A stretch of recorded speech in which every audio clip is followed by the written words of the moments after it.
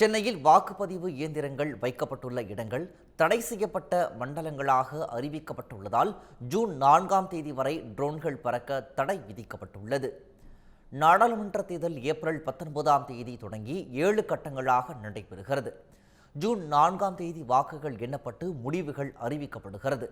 முதற்கட்ட வாக்குப்பதிவு கடந்த ஏப்ரல் 19ஆம் தேதியும், இரண்டாவது கட்ட வாக்குப்பதிவு ஏப்ரல் 26ஆம் தேதியும் நடைபெற்றது. தமிழ்நாடு, அசாம், பீகார், மத்திய பிரதேசம், மகாராஷ்டிரா, ராஜஸ்தான் மற்றும் உத்தரகண்ட் ஆகிய மாநிலங்களில் முதற்கட்டமாகவும், அசாம், பீகார், சத்தீஸ்கர், கர்நாடகா, கேரளா, மத்திய பிரதேசம், மகாராஷ்டிரா, உத்தரப்பிரதேசம், ராஜஸ்தான், மேற்கு வங்கம், திரிபுரா, மணிப்பூர், ஜம்மு காஷ்மீரில் இரண்டாம் கட்டமாகவும் தேர்தல் நடைபெற்றது.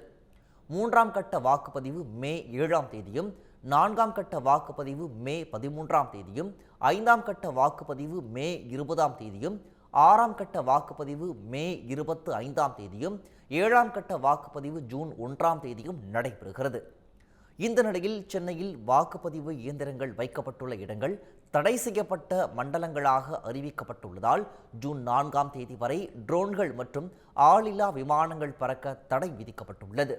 ட்ரோன்கள் பறக்கவிடும் நபர்கள் மீது கடும் நடவடிக்கை எடுக்கப்படும் எனவும் காவல்துறை எச்சரிக்கை விடுத்துள்ளது.